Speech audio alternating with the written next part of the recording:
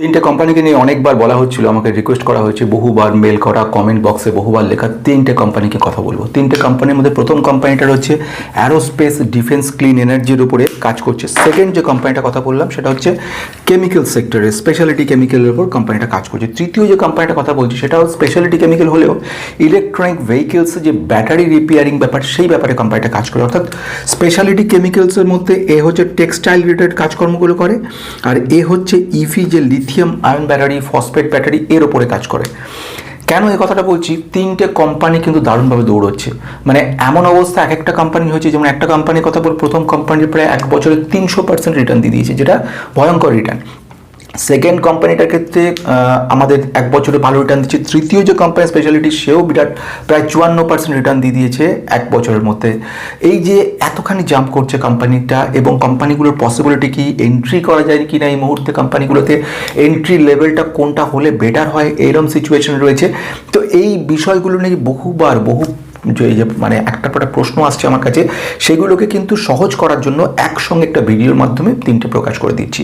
সব কিছু বলে, this is only for education purpose, no buy sell before investing, please consult yourself for your adviser.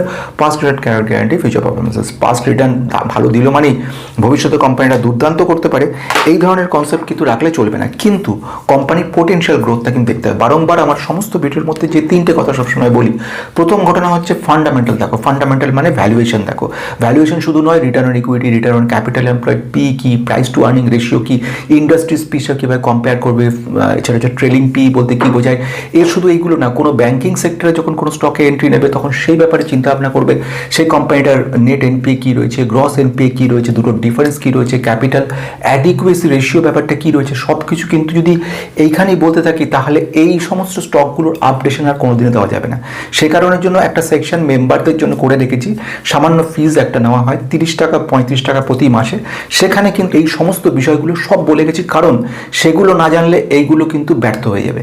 আমি তো নাম বলেই যাবো, একটু পরে নাম এখানেও বলবো, কিন্তু ব্যাপারটা কি, আদৌ তোমার ভ্যালুয়েশন যে ঠিকঠাক জায়গা আছে কিনা, এখান থেকে ভালো মনে করছো কিনা, বা এটা মনে করছো কিনা, না আমার মনে হচ্ছে স্যার রিটার্ন ইকুইটি ক্যাপিটাল আমার ভালো ঠিক, কিন্তু প্রোমোটার ঠিক নয়, কিংবা ম্যানেজমেন্ট ঠিক বলছে না, কিংবা কল রিপোর্টে আমার মনে হচ্ছে কিছু প্রবলেম হতেই পারে, এবং সেটা খুব স্বাভাবিক। এবং সবসময় প্রত্যেককে বলি, নিজেরা সবসময় অ্যানালিসিস করে তবে কিন্তু স্টকগুলোতে ইনভেস্ট হবে, তাদের নিজেরই সুবিধা হবে। এবার আসছি কি, প্রথম দিকে ছটপট চলে আসা জায়গা একটা একটা করে, সেটা হচ্ছে অ্যারোস্পেস এবং ক্লিন এনার্জির ক্ষেত্রে কোম্পানিটার কী নাম, যেটা মাথা খারাপ করছে। কোম্পানিটা হচ্ছে এমটার টেকনোলজি। এমটার টেকনোলজিকে বহুবার আমার কাছে যে কলগুলো আসছে তার মধ্যে একটা প্রশ্ন আসছে, বহুবার কমেন্টে আসছে, স্যার এখন কি এমটার টেকনোলজিতে এন্ট্রি করা যায়?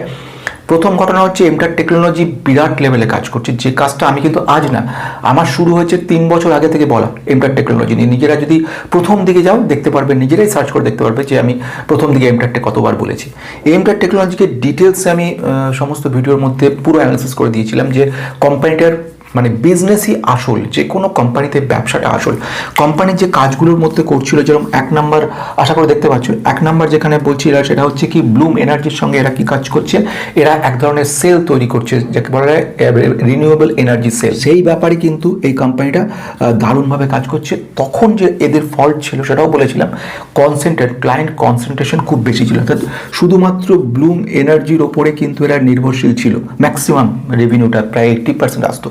ব্লুম এনার্জি 2020-21 পরে, ওই কোভিডের পরে আমি যখন বলছি, তার পরবর্তীকালে মোটামুটি 2021-22 পরে হঠাৎ করে তাদের আস্তে আস্তে কমিয়ে দিল তাদের অর্ডারটা। ফলে এই কোম্পানিটা কিন্তু একটা বিরাট কারেকশনের মুখে হয়েছিল, এবং যা হয় নেগেটিভ কথা বললাম না, সেরকম সিচুয়েশন হয়েছিল। এই কোম্পানিটা পুরোপুরি, যেটাকে বলবো আমরা, রিনিউয়েবল এনার্জির দিকে কনসেন্ট্রেশন পুরো হয়ে গেল। ক্লিন এনার্জি যেরকম ছিল, হাইড্রোজেন এনার্জি মানে আমরা বলছি ক্লিন এনার্জি, গ্রিন এনার্জি বলবো, গ্রিন H2O, এই ব্যাপারের কাজ করলো। শুধু এখানে নয়, খুব সূক্ষ্ম যন্ত্রপাতি, স্পেস রিসার্চের উপর কাজকর্ম করা, তো এই উপরে কাজকর্ম, চন্দ্রায়নে এদের পার্টস গেল, বিভিন্ন রকম গেল। এছাড়া ক্রায়োজেনিক ইঞ্জিনের উপরে বহুদিনের কোম্পানি কাজ করছে, সেটা হচ্ছে খুব টেম্পারেচার লো, যেখানে এত লো থাকে টেম্পারেচার, এত সাংঘাতিক টেম্পারেচার, যেখানে পুরো -273, -400 ডিগ্রি, 300 ডিগ্রি, এক মানে হিউজ লেভেল, সাধারণ যন্ত্রপাতি সেখানে কোনো কাজ করে না। স্পেশালি যন্ত্র সেগুলো নিয়ে কাজ করা, তাছাড়া প্রপেলশন ইঞ্জিন বলে একটা প্রপেলশন ইঞ্জিন হয়, ইসরো লাগে এগুলো কাজে, ডিআরডিওর কাজে লাগে, সের ওপরে কিন্তু এই কোম্পানিটা কাজ করছে। এত কিছু যে কোম্পানিটার মধ্যে আমরা দেখতে পেয়েছি, ন্যাচারালি সে কোম্পানি অর্ডার আসছে না, ম্যানেজমেন্ট কিছু দেখা যাচ্ছে, কিছুটা স্টেক সেল করে দিচ্ছে, বাইরে থেকে আমরা বা সাধারণ মানুষ যারা আমরা নই, কিন্তু যারা একেবারে নতুন তারা এটা গেস করছে যে তার মানে কোম্পানিটার মধ্যে কোনো প্রবলেম রয়েছে, ভয় রয়েছে, এটসেট্রা এটসেট্রা। তো সেইখানে একটা কিন্তু ধাক্কা তৈরি হলো যে অনেক রিটেলার সেল করে দিল যে না এটা ফ্রড হতে পারে এটসেট্রা। কিন্তু ব্যাপারটা ছিল না, ব্যাপার ছিল প্রজেক্টে যে প্রচুর টাকার দরকার সেগুলো ওরা বন্ধক, শেয়ার বন্ধক রেখে ওরা এগিয়েছে, কিছু শেয়ার সেল করেছে। আলটিমেটলি কোম্পানিটা আজকে ভালো জায়গায় দাঁড়িয়ে, খুব ভালো কথা, প্রচুর অর্ডার এসছে। রিসেন্ট 582 কোটি টাকার কিন্তু বড় অর্ডার বুক এদের রয়েছে। আর তার থেকে বড় এই মে মাসে, আমাদের এই গত মে মাসে এখানে যে অর্ডারটা, একটা এত বড় ইন্টারন্যাশনাল অর্ডার এসছে, সেটা একটা বিরাট, এবং তার পরিমাণ হচ্ছে 2279 কোটি। এই অর্ডারটা শুধু একটা কোম্পানি থেকে অর্ডারটা এসছে। তো এইগুলো ওরা কিন্তু আগের থেকে ম্যানেজমেন্ট বলে আসছে, শ্রীনিবাসন স্যার উনি আগের থেকে বলে আসছিলেন যে আমাদের কিন্তু মাল্টিন্যাশনাল অর্ডার আসছে, নাম বলবো না কিন্তু অর্ডার আসছে, সত্যি সেটা অর্ডারটা এক্সিকিউশন লেভেলে রয়েছে। তো এইগুলো এবার একটা পজিটিভিটি তৈরি করেছে, এবং যার ফলে এক বছরে 374% রিটার্ন দিয়ে দিয়েছে। ব্যাস, এগুলো সব হয়ে গেল ব্যবসা। এবার আসছি স্ট্রেট কথাতে, দুটো কথার মধ্যে শেষ করব। এক নাম্বার হচ্ছে যে তাহলে কোম্পানিটা কী করা উচিত, তাহলে কোম্পানি এই মুহূর্তে কি আমাদের কেনার মতো জায়গা তৈরি করছে? তার উত্তর হচ্ছে একটা সিম্পল কথা, এবং সে কথা হচ্ছে এই কোম্পানির পি যদি দেখি 200x, মানে 200 পয়েন্ট বেশিতে, মানে 200 গুণ বেশি দামে আমাকে কিন্তু কিনতে হচ্ছে। 220 এক্স্যাক্ট ফিগার হচ্ছে 220x আমাকে কিনতে হচ্ছে। তো অনেক বেশি হাই ভ্যালু, তাহলে এই ভ্যালু তো কখনোই কেনা যেতে পারে না।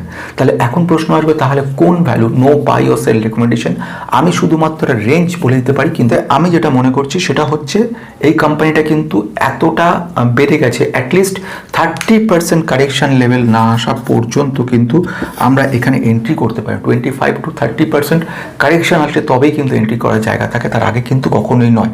220x কোনো মতেই একটা মেনে নেওয়ার মতো অবস্থা না। এবার আসবো সেকেন্ড একটা কোম্পানি ক্ষেত্রে। এই কোম্পানিটাও কিন্তু দুরন্ত কোম্পানি, এবং এই কোম্পানিটা আমাদেরকে কিন্তু রিটার্ন হঠাৎ করে, মানে বিগত এক মাসের মধ্যেই কিন্তু আমাদের রিটার্নটা খুব ভালো দিয়েছে। যদি আমি এক বছর রিটার্ন দেখি, কেমিক্যাল সেক্টর যেখানে -17% 1 ইয়ারে রিটার্ন দিচ্ছে, কিন্তু যদি এক মাসে দেখি, বিগত এক মাসের মধ্যে বিরাটভাবে জাম্প করেছে কোম্পানিটা, এবং এখানে 48% প্লাস হিসেবে দেখিয়ে দিচ্ছে, 48% জাম্প করে গেছে। এই যে জাম্পটা করেছে তার কারণটা কি? কি কোম্পানিটার বিজনেস রয়েছে, এমন কি নতুন রিজন রয়েছে যে কারণের জন্য কোম্পানিটা হচ্ছে? সব কিছু আগে স্যার কোম্পানিটার নামটা কী রয়েছে? কোম্পানির নাম হচ্ছে ফিনোটেক্স কেমিক্যাল লিমিটেড, FCL। একে নিয়ে বহুবার বলেছি, এর আগেও অনেকবার বলেছি, এবারে অনেকে শুনেছে, অনেকে শুনতে পারেনি, কিন্তু ব্যাপারটা হচ্ছে যেটা, সেটা হচ্ছে ফিনোটেক্স কেমিক্যাল লিমিটেড। এই কোম্পানিটা যে কাজ করে টেক্সটাইল যে ইন্ডাস্ট্রি, স্পেশালিটি কেমিক্যালের টেক্সটাইলের উপরে 95% বিজনেস এদের রয়েছে। এছাড়া এদের কাজ কি রয়েছে? লেদারের উপর কাজ রয়েছে। এছাড়া কোম্পানিটা কি করছে? এগ্রিকালচার, অ্যাগ্রো কেমিক্যালের উপর কোম্পানিটা কাজ করছে।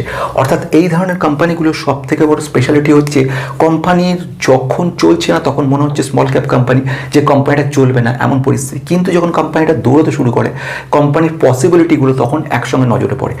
এতদিন যখন বলে গেছি FCLকে নিয়ে, FCL থেকে তেমনভাবে কোনো রিটার্ন আমরা দেখতে পাচ্ছি না, কিন্তু যেই মুহূর্ত থেকে কোম্পানির মধ্যে আমরা দেখতে পেলাম যে আরে এটা তো ভালো করতে পারে, সমস্ত ইনভেস্টারের সেন্টিমেন্ট তখনই লাগলো। অর্থাৎ তখনই ইনভেস্ট করা উচিত যখন কেউ তাকাচ্ছে না। এটা হচ্ছে মোদ্দা ঘটনা। এবার আসছি কোম্পানির পির ক্ষেত্রে, প্রাইস টু আর্নিং রেশিও। আমাদের এখানে কিন্তু পিটা দেখাচ্ছে 48 পি রয়েছে, এবং ইন্ডাস্ট্রিজ পি যদি দেখি দেখবো 26, অর্থাৎ কিছুটা হলেও ওভার ভ্যালু জায়গা চলে গেছে। এবার আমি যদি দেখি প্রাইস টু বুক ভ্যালু 5.72 রয়েছে, book value, price to book value, ভালো কথা। এবার আসছে কি খুব গুরুত্বপূর্ণ পয়েন্টের রেজাল্টগুলো দিয়ে যাবো। যেরকম আমি যদি ইয়ার অন ইয়ার বেস দেখি, গত বছর ছিল 569, এবার এসছে 772, পুরো জাম্প করছে। যেরকম প্রফিট ছিল 120 কোটি গত 3 বছর আগে, এখন সেটা হয়ে গেছে 125 কোটি, পজিটিভিটি রয়েছে। যদি আমি কোয়ার্টার অন কোয়ার্টার গেস করেও দেখি, তো বিগত এক বছরের মধ্যে 120 থেকে চলে গেছে 314 কোটিতে, রেভিনিউ বলছি আমি। আর নেট প্রফিট আমাদের যেটা 20 কোটি ছিল সেটা চলে গেছে 43.74 কোটিতে। তার মানে ডবলের বেশি কিন্তু প্রফিটেবিলিটি নিয়ে এসছে। এসব থেকে বড় যে ব্যাপার সেটা হচ্ছে বেশ কিছু অর্ডার এসছে কোম্পানিটার ক্ষেত্রে ওয়াটার ট্রিটমেন্টের উপরে, এবং এছাড়া কোম্পানির মধ্যে কিন্তু টেক্সটাইল ইন্ডাস্ট্রিজ ইমপ্রুভমেন্ট, এটা কোম্পানিটাকে কিন্তু একটা বড় জায়গা তৈরি করে দিচ্ছে। কোম্পানিটা যদি প্রোমোটারের সংখ্যা দেখি, 62% প্রোমোটার হোল্ড করছে এই কোম্পানিটার ক্ষেত্রে, 62% প্রোমোটার কোম্পানিটার ক্ষেত্রে হোল্ড করছে, এটা একটা প্লাস পয়েন্ট। এর সঙ্গে কিন্তু ফরেন ইনস্টিটিউশনাল ইনভেস্টর কিছুটা কিনেছে, ডিআইএ কিছুটা বিক্রি করেছে, রিটেলারের কাছে এখন কিন্তু 21.66% রিটেলারের কাছে পড়ে রয়েছে। কোম্পানিটা স্লাইটলি ওভারভ্যালুড জায়গায় রয়েছে, কিন্তু কোম্পানির পোটেনশিয়াল খুব ভালো রয়েছে। আগামী দিনে কোম্পানিটার বড় বিজনেস রয়েছে, যেটা আমি টেক্সটাইল ইন্ডাস্ট্রিজের কথা বলছিলাম। তো আমি মনে করি কোম্পানির ফান্ডামেন্টাল যথেষ্ট স্ট্রং রয়েছে। তবে এখানে এন্ট্রি প্রাইসের কথা যদি বলি, মোটামুটি এই কোম্পানির এন্ট্রি প্রাইস 35 থেকে 38 হচ্ছে এক্সাক্ট এন্ট্রি প্রাইস।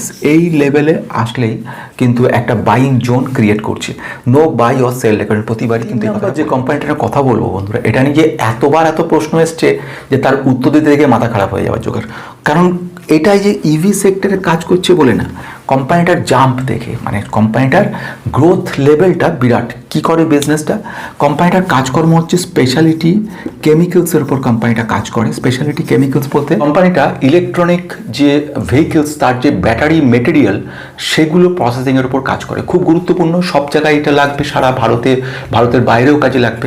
শুধু ইভি ব্যাটারি মেটেরিয়াল তৈরি করছে না, এর সঙ্গে অ্যাডভান্স কার্বন মেটেরিয়াল সেগুলো কোম্পানিটা তৈরি করছে। লিথিয়াম আয়নের ওপরে কিছু যাকে বলা হয় কাজকর্মগুলো করছে, লিথিয়াম আয়ন এক্সপ্যানশন করছে, বেশ কিছু প্রজেক্ট কাজ শুরু করেছে, অর্ডার কিছু এসছে, এইগুলো এর কাজে লাগছে। কোম্পানিটার এটার ক্ষেত্রে কি নাম বলবো, কোম্পানিটার নাম যদি বলি এই মুহূর্তে HSCL, এই মানে Himadri speciality chemical limited. Himadri speciality chemical limited কিন্তু অনেকের রিকোয়েস্টের মধ্যে ছিল যে কেন কি করা যায়, এই মুহূর্তে এন্ট্রি করা যায় কিনা, এর একটা বড় গ্রোথ দেখতে পাচ্ছি, কিন্তু এখন মনে হচ্ছে কি ওভারভ্যালুড কি না এটসেট্রা। তাদের উদ্দেশ্যে কিন্তু এই ভিডিওটা রয়েছে, এই তৃতীয়টা নিয়ে আলোচনা রয়েছে। আমরা তো জেনে নিলাম বিজনেসটা, এবারে যদি একটু ফান্ডামেন্টাল জেনে নিই, কোম্পানিটার যে সিচুয়েশন রয়েছে। মার্কেট ক্যাপ যদি বলি, কোম্পানিটা যখন অনেক আগে মোটামুটি এটার অর্ধেক প্রাইসে এটা বিক্রি হচ্ছিল, কিন্তু জাম্প করে গেছে বিরাট। 1 বছরের রিটার্ন যদি আমরা দেখে নিই, এই ক্ষেত্রে কোম্পানিটার ক্ষেত্রে হিমাদ্রি স্পেশালিটি কেমিক্যাল লিমিটেড, এর ক্ষেত্রে 1 বছর রিটার্ন আমাদের দিয়েছে অ্যারাউন্ড 54% মতো দিয়েছে। 6 মান্থের মধ্যে কিন্তু জাম্প হয়েছে, 50% জাম্প করে দিয়েছে শুধু 6 মাসের মধ্যে, একটা এত বড় লেভেলে জাম্প করেছে। এবং কোম্পানি 5 বছরের রিটার্ন আমাদের দিয়েছে এই অবস্থাতে 1172%, মানে 1000%-এর বেশি রিটার্ন দিয়ে দিয়েছে।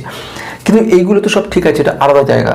কারণ এমন কোম্পানি আছে যেগুলো 40-50 হাজার রিটার্ন দিয়ে, আদানি এন্টারপ্রাইজ 50,000% রিটার্ন দিচ্ছে, আগে যাকে নিয়ে বলছিলাম। কিন্তু তা সত্ত্বেও কি সে এখন বিরাট কিছু করছে না, যদি না ভবিষ্যতে বিরাট কিছু চমক দেখাতে পারে। আমাদের প্রশ্ন হচ্ছে কোম্পানিটার মার্কেট ক্যাপ কত। কোম্পানি হচ্ছে 35,600 কোটির একটা লার্জ ক্যাপ কোম্পানিতে পরিণত হয়েছে, যেটা কিন্তু মিড স্মলে ছিল। আমি যদি দেখি প্রাইস টু আর্নিং রেশিও, এটা 47.6 রয়েছে প্রাইস টু আর্নিং রেশিও, আর ইন্ডাস্ট্রিজ হচ্ছে 51। তার মানে এখনও ওভারভ্যালুড হয়নি। যদি আমি ইন রেসপেক্ট অফ এই ধরনের কোম্পানিগুলোর যে এই সেক্টর পি বলে এটাকে, তার তুলনায় কিছুটা কম রয়েছে। তার মানে সব নয়, তার মানে এই নয় যে কোম্পানিটা বিরাট কিছু হলো এটসেট্রা। কোম্পানির যে ব্যাপারগুলো রয়েছে, কোম্পানি বেশ কিছু বড় অর্ডার এসছে, এই অর্ডারগুলো কোম্পানিটাকে কিন্তু দৌড়াতে সাহায্য করেছে। তাহলে এবারে প্রশ্ন আসছে কি, তাহলে এখন কি কিনবো? এই প্রশ্ন সব থেকে সহজ উত্তর যদি বলি, আমাদের ভ্যালুয়েশন দেখে মনে হচ্ছে কোম্পানিটার ভ্যালুয়েশন ঠিকঠাক জায়গা আছে, কিন্তু এন্ট্রি লেভেল কি এটা? একেবারে না। কারণ এন্ট্রি লেভেল কখনোই শুধুমাত্র পি দেখে আমরা নির্ভর করে করি না। তাহলে তো এমন অনেক গভর্নমেন্ট কোম্পানি আছে যেগুলোর পি রয়েছে অনেক কম, কিন্তু তবু তার মধ্যে কোনো উন্নতি নেই। কেন? তার মানে কোম্পানি পির সঙ্গে কোম্পানি বিজনেস এবং অন্যান্য সমস্ত বিষয়গুলো দেখে কিন্তু তবে নিতে হয়। আমি যখন বলছি তখন এই কোম্পানির ক্ষেত্রে 680 টু 620-র মধ্যে একটা রেঞ্জ তৈরি করছে। এখন 700 রয়েছে, মোটামুটি আমাদের এই রেঞ্জ যখন 620 বা 630-এর কাছাকাছি আসবে, তখন একটা কিন্তু বাইং এরিয়া তৈরি করছে, এবং সেটা একটা লং টার্ম গ্রোথের দিকে নিয়ে যাবে। কেন বলছি এত কম রেঞ্জ? যেখানে 30% বলছি, এক্ষেত্রে 30% মানে মোটামুটি ধরে নাও 7,000 টাকা হলে তার প্রায় অনেকটাই ডাউন হয়ে যায়, মোটামুটি 2000-এর মতো কমে 5000-এর কাছাকাছি এলে সেখানে বলেছি, এখানে বলছি অলমোস্ট কাছাকাছি। তার কারণ অবশ্য রয়েছে প্রথম ঘটনা, সেটা হচ্ছে price to earning growth, second one হচ্ছে প্রাইস টু আর্নিং, তৃতীয় হচ্ছে RSI, এবং ফোর্থ যে ব্যাপারটা রয়েছে সেটা খুব ইন্টারেস্ট, সেটা হচ্ছে বিজনেস গ্রোথ। এই বিজনেস গ্রোথটা কিন্তু টোটালি ডিপেন্ড করছে আমরা কোথায় দাঁড়িয়েছে তার উপরে। মানে আমি যদি একটা খুব সহজভাবে একটা কথা বলতে চাই, এই ধরনের কোম্পানিগুলোতে যাদের ফিউচার খুব মানে ব্রিলিয়ান্ট রয়েছে, প্রচুর অর্ডার বুক রয়েছে, ক্যাপিটাল এক্সপেন্ডিচার ভালো মাপে করছে, এইসব কোম্পানিগুলোর ক্ষেত্রে এই ধরনের রেঞ্জে মোটামুটি একটা আমাদেরকে সুস্থতা দিতে পারে বলে আমি নিজস্বভাবে মনে করছি। No buy or sell recommendation, this is only for educational purpose. No buy sell before investing, please consult yourself for your advisor, personal guarantee future performances. শেষ করতে চলেছি খুব ইন্টারেস্টিং কথা নিয়ে। আমাদের স্টক মার্কেটটা খুব ভোলাটিল, এবং এই মার্কেটে লোকে ইনভেস্ট করছে কেন? কারণ ব্যাংকিং সাইট বা অন্যান্য জায়গা থেকে সেরকম রিটার্ন দিচ্ছে না, এবং এতে অনেকগুলো সেফ সাইড ব্যাপার রয়েছে। একটা সাইডকে আমরা বলছি মিউচুয়াল ফান্ড, যারা আমরা বুঝি না। আরেকটা সাইড রয়েছে ডাইরেক্ট ইনভেস্টমেন্ট, ইকুইটি, প্রচুর রিস্কি রয়েছে। তৃতীয়ত হেজিং, যেখানে গোল্ড বা কমোডিটি নিয়ে অনেকে প্রশ্ন করছিলেন, সে কমোডিটির ব্যাপারগুলো নিয়ে হেজ করা সেখানে রয়েছে। কমোডিটি নিয়ে আবার অনেকে গ্যামলিংও করে, সেটার মধ্যে আমি যাচ্ছি না, কিন্তু মোটামুটি আমি বলছি একটা ব্যালেন্স পোর্টফোলিও নিয়ে নিজেকে কাজ এগোনো উচিত, নাহলে ভবিষ্যতে যে বিপদ আসে সেগুলোতে তাটা নিজেদের খুব মুশকিল হয়ে যায়।